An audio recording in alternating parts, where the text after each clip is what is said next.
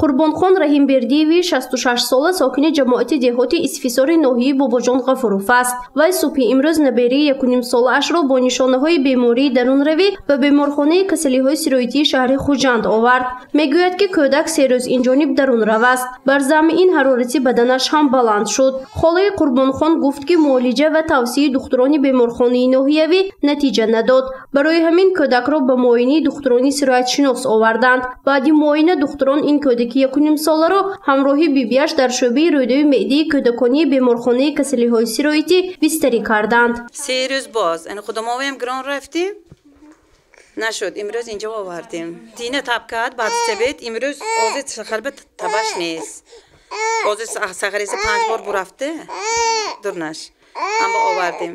ҳоло дар шӯъбаи рӯйдови меъдаи беморхонаи касалиҳои сироитӣ 16 нафар кӯдакон бо нишонаҳои бемории дарунравӣ бистарӣ мебошанд. Духтурон мегӯянд, ки синну соли бистаришудагон аз 2 моҳа то 3-4 соларо ташкил медиҳад. Сабабҳои асосии гирифтории кӯдакон ба дарунравӣ бошад асосан риоя накардани қоидаҳои гигиении шахсӣ мебошад. Зеро аксари кӯдакон бинобар беаҳамиятии волидайн бо дастони ношуста хӯрок, тармева ва ё чизи дигар истеъмол мекунанд, ки ин ҳолат боиси пайдо шудани ҳар гуна микробҳо дар организми кӯдакон мешавад ва ин оқибат ба бемории дарунравӣ оварда мерасонад.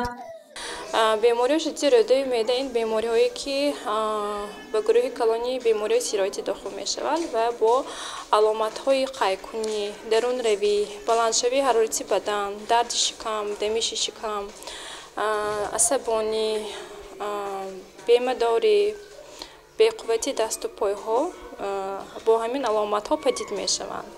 ва роҳҳои сироятёбии ин беморӣ асосан механизми сироятёбӣ фазлавӣ даҳонӣ мебошад, яъне бо чизи ифлос, бо dastoни ифлос, баъди қазои ҳоҷат дастонро нашустан, бо dastoни ифлос хӯрок хӯрдан. Бисёртар кӯдакони мин 3 сола, 4 сола, 5 солаҳо ки бо худ риояи гигиени шахси худро риоя карда наметавонанд, мун бо асбобҳои анҷоми рӯзғор, идишҳои сироятшуда, бозичаҳои сироятшуда сару кор мекунанд. Барои ҳамин дар ҳамин гуна бачаҳон беморӣ бениҳоят бисёр паҳн мешавад.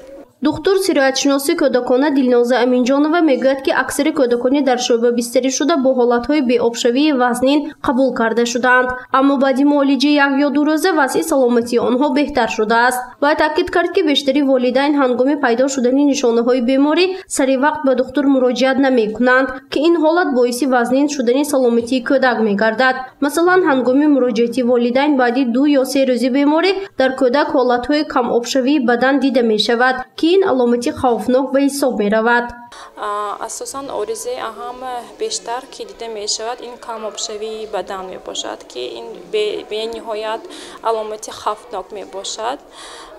Яъне бачаҳо хушк мешаванд, лабҳошон хушк мешаванд, ҳангоми гирья кардан оби чашм намерезад, ҳамин забонашону лабҳошон, лобпардои меъдагӣ ҳамаш хушк мебошад.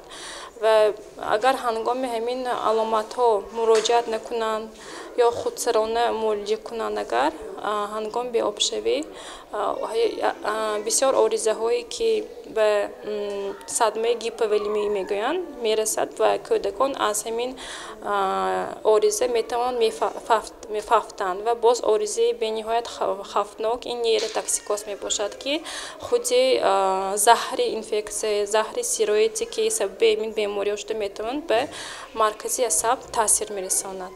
Дар вилояти Суғд давоми 9 моҳи соли ҷорӣ 950 нафар кӯдакон бо нишонаҳои бемории дарунравӣ ба қайд гирифта шуданд. Аксари онҳо сокинони ноҳияҳои дурдасти вилоят, аз ҷумла Масҷоҳ, Ғафуров, Панҷакент ва Ҷаббор Расулов мебошанд. Аз шумори умумии кӯдакони ба дарунравӣ гирифтор шуда бошад, дар ин давра 3 нафар фавт диданд. Сабаб саривақт муроҷиат накардани волидайн ба духтурон мебошад. гузориши Фарзона Шамсиева, Наимҷон Аюбов барои барномаи Хабар.